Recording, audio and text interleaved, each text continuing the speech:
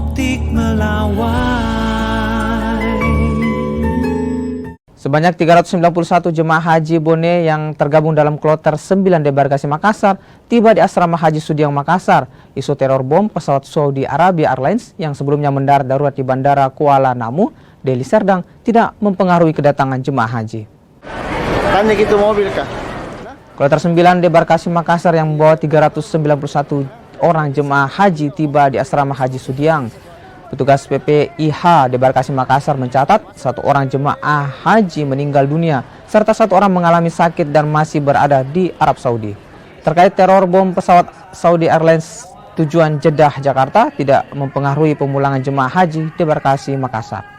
Jemaah haji kloter 9 UPG yang berisi kurang lebih 391 orang jemaah beserta dengan petugas asal Kabupaten Bone itu mendarat di Bandara Internasional Sultan Hasanuddin Makassar, dan alhamdulillah pendaratannya mulus dan saat ini sementara diterima di Aula Arafah, aula penerimaan di Asrama Haji Sudiang Makassar.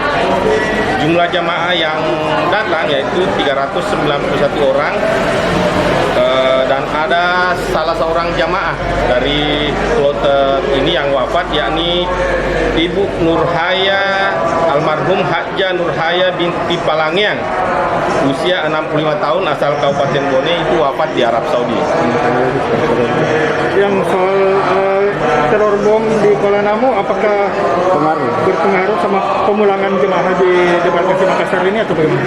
Alhamdulillah, informasi yang kami terima dari rekan-rekan PPIH di embarkasi Medan itu tidak mempengaruhi agenda atau jadwal penerbangan UPG yang transit di Medan, Bandara Kuala Namu, karena kejadian yang menimpa pesawat Saudia itu terjadi setelah pesawat dari kloter 9 UPG ini, pesawat Garuda kloter 9 UPG ini itu sudah terbang dari Kuala Namu menuju Makassar.